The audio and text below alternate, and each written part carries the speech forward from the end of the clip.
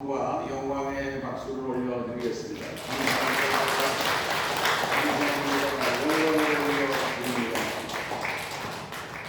오늘 세례 요한의 죽음이라는 제목으로 여러분과 함께 은혜를 나누고자 합니다. 오늘 여기 그 1절 2절 말씀해 볼 것 같으면 그때의 분봉왕 헤롯이 예수의 소문을 듣고, 분봉왕 헤롯은 그 당시 로마가 이 그 유대 나라를 지배하고 있었는데, 로마 그 정부로부터 헤롯이 그 이를테면 그 통치권을 이를테면 인정받은 거죠. 그래가지고 그 갈릴리 지역 또 베레아 지역의 분봉왕으로 활동을 했다 그런 얘기예요. 그런데 그 신하들에게 이르되 이는 세례 요한이라. 그가 죽은 자 가운데서 살아났으니 그러므로 이런 능력이 그 속에서 역사하는도다 하더라.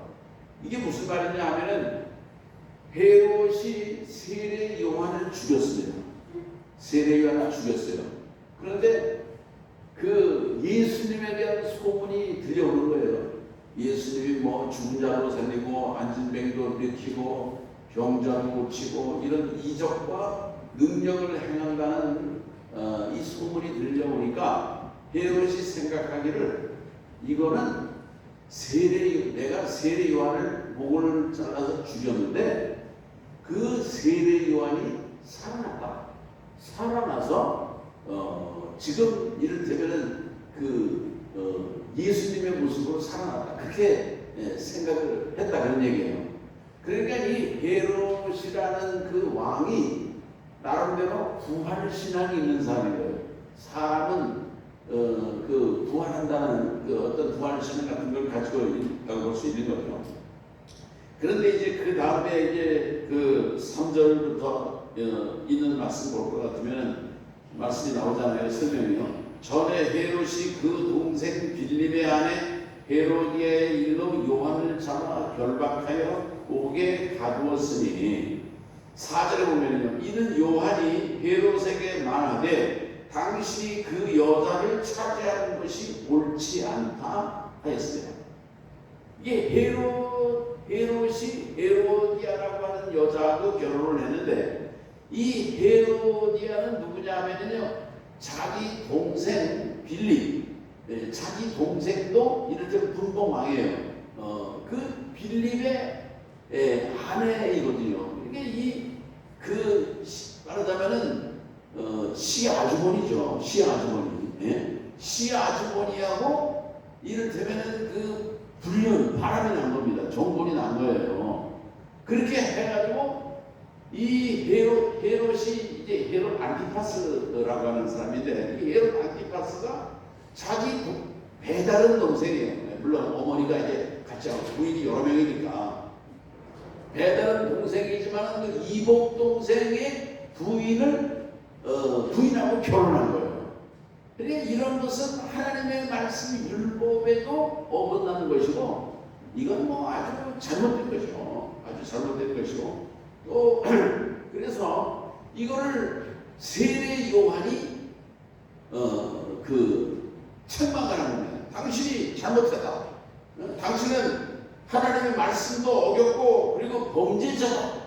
왕을 향해서 이렇게 책망을 하니까 이게 헤롯이 저놈을 죽여버려야 되겠는데, 근데 죽이고 싶지만은 백성들이 세례 요한을 선지자로 알고 있단 말이에요. 하나님이 보낸 선지자, 하나님의 종으로 알고 있으니까 백성들은 눈치를 보는 거예요.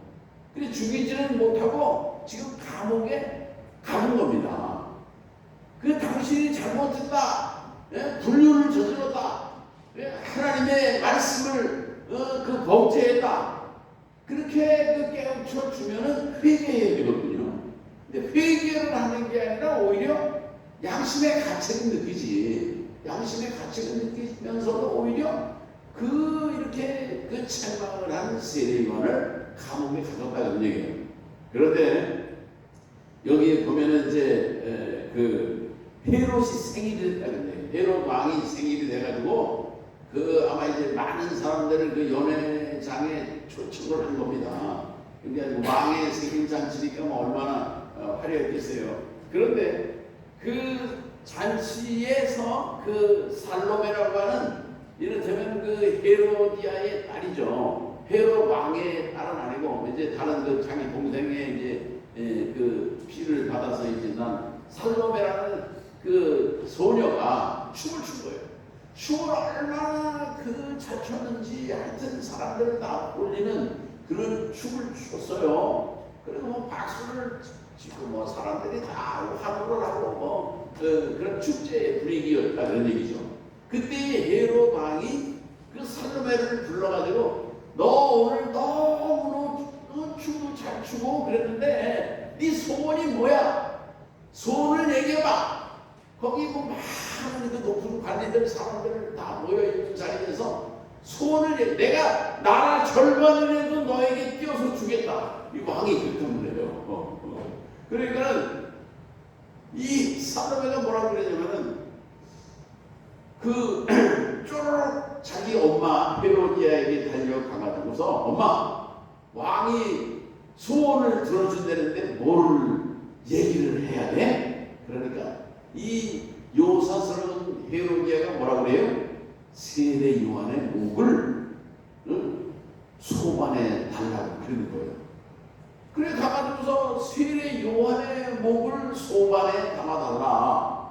아 그러니까 이거 왕이 헤롯 왕이 한 말이 있잖아요. 네? 소원을 다 들어준다고 했는데 그게 그래가지고 결국은 이 헤롯 왕이 어떻게 군사에게 목을 잘라. 그래가지고 세례 요한이 그렇게 비참하게 세례 요한이 죽은 겁니다. 여러분 이 세례 요한은 그야말로 하나님이 보낸 그런 선지자일 구약의 마지막 선지자일 뿐만이 아니라 예수님께서 세례 요한을 어떻게 칭찬했어요? 여자가 낳은 자 중에 세례 요한보다 더 큰 자가 없다고 그랬거든요. 그러니까 이 세례 요한이 얼마나 훌륭한 그런 그 하나님의 선지자라는 얘기예요. 그리고 이 세례 요한은 성경에 있는 그대로 예수님의 오실 길을 예비하고 평탄케 하는 그런 사명을 감당하는 사람이거든요. 그런데 그 위대한 세례 요한이 그 악한 헤롯과 헤로디아에 의해서 목이 잘려서 죽는 그야말로 참 비참한 일이죠. 어떻게 하나님은 이렇게 죄 없는 세례 요한이 그 목에 잘려 죽기까지 그냥 수수방관하시는 하나님일까 하는 그런 안타까운 그런 생각도 오늘 우리가 갖게 된다는 얘기예요. 왜 하나님은 이렇게 죄 없고 의로운 세례 요한을 이렇게 억울하게 죽게 하셨을까? 하나님이 허락하셨기 때문에 그런 거예요. 오늘 우리들은 이 세례 요한의 죽음 속에서 어떤 깨달음과 교훈을 얻을 수 있느냐 하면요, 세례 요한의 죽음 이후에 예수께서 죄 없으신 의로우신 예수님께서 악인들에 의해서 십자가에 달려 죽게 하실 것을 예표하는 그런 죽음인 것을 오늘 우리들에게 교훈으로 던져주고 있다고 하는 깨달음을 오늘 우리가 가져야 될 줄로 믿는 것입니다. 아멘. 이제 아까 내가 말씀드린 것처럼 우리 아펜셀라 선교사가 이 땅에 그 사자 제물포 인천 제물포항에 140년 전에 그분이 왔어요.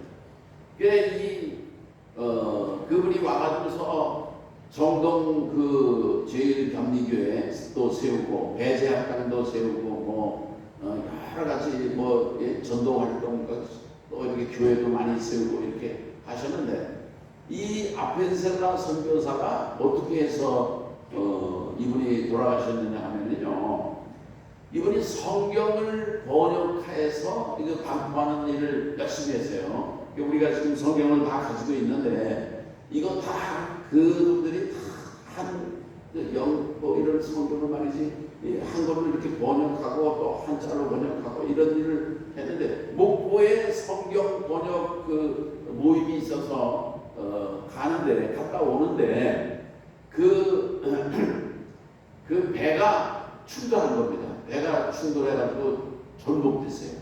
근데 그 아펜살라 선교사가 정신여고 학생 하나를 얘를 좀 한양으로 경성으로 데려다 달라고 하는 그런 부탁을 받았어요. 그 애는 그 배 밑층 캄캄한 그 배 밑층 있잖아요. 지층에 거기에 들어가 있고 아펜살라는 뭐 로얄층에 있는 거예요. 이 사람은. 근데 배가 충돌해가지고 전복이 되니까 이 아펜셀라가 그 아이를 구하러 내려간 거예요. 그래가지고 결국은 이 아펜셀라 선교사가 결국 이제 나오지 못하고 죽었는데 그 아펜셀라 선교사는 어떤 사람이냐면 미국의 그 뜨로대학, 명문 뜨로대학을 다닐 때 그 학교의 수영 선수였어요. 수영 선수였어요. 자기가 얼마든지 뭐 수영 실력이 좋고 살아날 수 있어요. 물에 빠져 죽은 게 아니에요. 그 정신여고 어린 소녀를 구하려고 살리려고 하다가 결국은 본인도 서해 어청도 부근 그 해상이거든요. 그때가 언제냐면 1902년 6월 11일입니다. 6월 11일. 그러니까는 이 아펜살라 선교사는 자기가 살려고 하면 얼마든지 살 수 있는 사람이에요. 그러나 그 딸을 살리려고 자기 목숨을 버리는 분이 누구냐? 아펜살라예요. 오늘 우리들은 아펜살라의 죽음과 희생 정신을 오늘 우리들은 정말 되새길 수 있어야 된다는 얘기예요. 예수님께서 죽으셔서 이렇게 우리들이 딱 구원받고 온 세상에 정말 구원의 문이 활짝 열린 것처럼 오늘 여기 예수님의 죽음도 보면은 의로우신 예수님이 죄 없으신 예수님이 죄인의 모든 죄를 짊어지고 대속의 죽으심을 죽였다는 얘기예요. 세례 요한의 죽음도 마찬가지예요. 세례 요한의 죽음도 세례 요한을 목자하는 헤롯이 그 사람이 사실은 수십 번 죽어도 될 헤롯이거든요. 대신 세례 요한이 죽었다. 세례 요한의 죽음은 그래서 대속적인 죽음이에요. 근데 이런 억울한 죽음이 세례 요한 한 사람만이 아니라 창세기에 보면요 아벨의 죽음도 그런 대속적인 죽음인 것입니다. 아벨도 가인에 의해 가지고 돌에 맞아서 죽었어요. 사도행전에 보면은 그 복음을 전하다가 스데반 집사가 정말 돌에 맞아 죽는 그런 스데반 집사도 죄 없는 그런 스데반 집사가 복음을 전하다가 결국은 대속적인 죽음을 우리가 죽었다 그렇게 볼 수가 있는 것입니다. 오늘 우리들은 제가 오늘 뭐 긴 말씀 드리지 않겠습니다. 세례 요한은 죄 없는 그런 의인이었고 정말 불의와 헤롯의 잘못을 아주 정말 다른 사람들은 말 못해요. 감히 왕이 하는 일에 대해서 어떻게 가타부타 왈가왈부 아무도 못해요. 그러나 이 세례 요한은 왕을 향해서 회개하시오. 이것은 사람의 소리가 아니라 하나님의 소리예요. 하나님의 소리를 외치고 전한 세례 요한. 그리고 하나님의 이 소리를 증거하다가 결국은 순교한 이 세례 요한의 죽음을 기억하면서 오늘 우리들의 삶 속에 오늘 우리들이 과연 어떠한 삶을 살아가야 될 것인지 삶의 방향을 새롭게 할 수 있는 오늘 우리들은 나의 정욕을 위해서 살아가는 거예요. 육체의 정욕을 위해서 안목의 정욕을 위해서 이생의 사랑을 위해서 조그만 명예라도 얻으려고 말이지 이렇게 발버둥 치고 말이죠. 벌레처럼 살아가는 인생들 아니겠습니까? 오늘 우리들은 세례 요한의 정말 거룩한 죽음, 또 아벨의 죽음, 스데반의 죽음, 특별히 오늘 140주년 아펜셀라 선교사를 우리들이 추억하면서 오늘 우리들의 삶 속에 어떤 희생들이, 오늘 우리들은요, 우리가 썩어지는 미랄이 돼야지 여러분 싹이 나는 거예요. 복음의 싹이 저절로 나는 게 아닙니다. 한 생명이 다시 주님 앞으로 돌아오는 그런 역사가 있기까지는요, 내가 낮아져야 돼요. 내가 낮아지고, 그 정말 주님의 그 희생과 십자가의 죽음과 사랑을요, 여러분 오늘 우리들은 부끄러움 없이 말할 수 있는 그런 삶을 살아야 되는 것입니다. 세례 요한이 헤로드를 향해서 회개하시오. 당신 하나님 앞에 회개하시오. 하나님으로부터 반드시 벌받을 것이오. 이 세례 요한이 담대하게 외쳤어요. 그게 듣기 싫어가지고, 듣기 싫어가지고, 세례 요한은 양심의 가책은 느끼지만 듣기 싫어가지고 불순종하는 거예요. 요나서를 보면요, 요나가 그런 사람이에요. 요나가, 하나님은 요나에게 너는 니느웨로 가서 회개의 복음을 전하여라. 40일 후에 멸망할 것이다. 하나님의 심판이 임할 것이다. 하나님의 세례 요한에게, 요나에게 그런 그 사명을 주셨잖아요. 근데 이 요나가 어떻게 합니까? 하나님의 음성은 분명히 들었어요. 하나님이 나에게 주신 사명은 분명해요. 그렇지만 거기는 미워하는 원수나라예요. 원수나라. 원수나라. 거기 망했으면 좋겠는데 미워하는 원수나라를 구원한다고 그러는데 그게 싫은 거야. 자기 생각에. 그래가지고 다시스로 가는, 다시스가 어디냐면 스페인이거든요. 스페인. 아름다운 스페인. 거기 가면 뭐 잊을까? 그렇지만은 그 배를 탔는데 어떤 일이 있는 거예요. 요나에게 계속 하나님의 음성이 들려요. 그러니까 밑으로, 배 밑으로 차고 내려가서 그냥 거기는 괜찮겠지. 잠을 자도 괜찮겠지. 그런데 하나님께서 어떻게 합니까? 끝까지 불순종하는 이 요나를요, 결국은요, 큰 물고기가 집어삼키게 하는 거 아니겠습니까?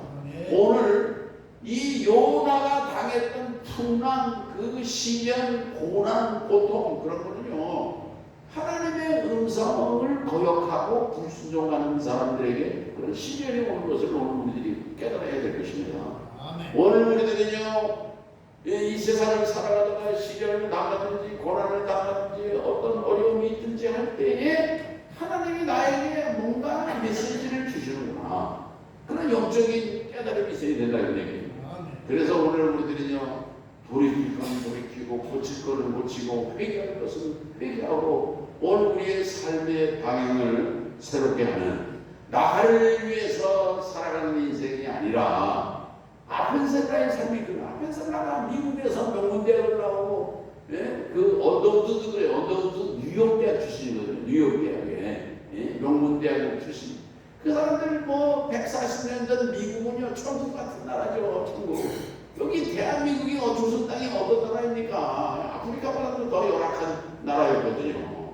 이 땅을 찾아온 선교사들의 발걸음은 여러분, 이 주님의 마음을 가지고 온 거예요.